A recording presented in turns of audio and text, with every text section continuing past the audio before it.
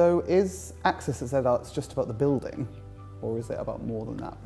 Yeah, it's much more than that, and from a marketing point of view, it's about those messages that we're putting out and the channels that we're using to put those messages out. So it's thinking about the audiences we've got, how we communicate to them on social media, or if it's people coming to book tickets on our website, thinking about what those access needs might be and how they find information before they come into the venue on that experience that they're going to get once they walk inside, or even before that, once they go onto the website, are they going to feel comfortable going into the venue? Do they know what to expect when they arrive? Do they know where to go? Do they know the type of experience they're going to have? So we've done a lot of work on our website to make it more accessible. We've got a large print version of our brochure now available. We've got a whole access section on the website where you can find out what an hour at Z-Arts would look like, what a day at Z-Arts would look like. So every kind of detail is catered for, so you know exactly what you're going to get before you arrive at the building. Excellent. So what would be your top tips for improving venue access for other venues?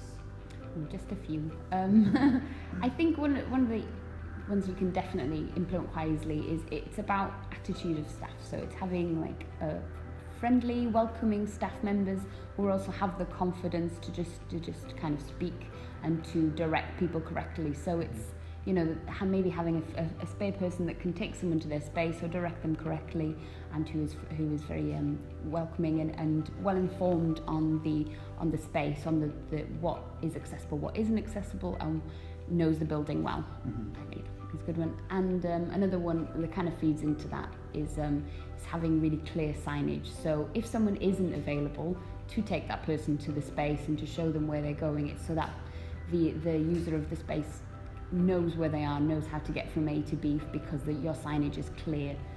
It's directing you exactly where you're going and doesn't just stop halfway. I think my top tip would be to think about the whole customer journey. Don't just isolate it to your website. Think about new audiences, existing audiences. We've been thinking about people as they're coming from the city centre, if they've never heard of the venue before, if they're coming to the venue for the first time and they've booked tickets online. How do they know how to get to the venue from Oxford Road Station, for example? Signposts along the way. Is it the library? Is it the park that we're opposite? And then what to expect when they step foot through the door. So what does the box office look like? Who are the people that they're going to meet at the box office? What can they do in between getting their tickets to actually going into the theatre? What are the facilities there? Have you got baby changing facilities? Lots of kind of family friendly things that we've tried to put across, just to make that journey and that transition from having never been to Z-Arts before to being a new customer really, really easy, so that they want to come back, so that they tell all their friends that this is a great venue and it is for me. So what have you learned so far from thinking about access at Z-Arts? I think a lot of it is about communication. It's just people talking with each other and kind of being honest about what you are and what you aren't doing and some of the problems that you are facing in terms of access.